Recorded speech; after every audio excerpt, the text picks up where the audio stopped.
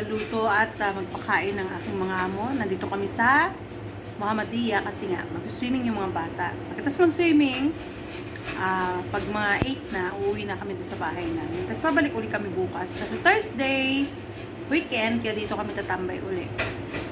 Tapos wala nang pasok si Sita, makalas daw. Kaya alam na, gala is real.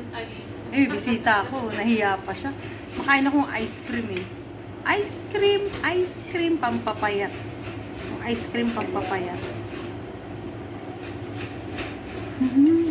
Yan, mega love sa inyo lahat. Ito bisita ko yun.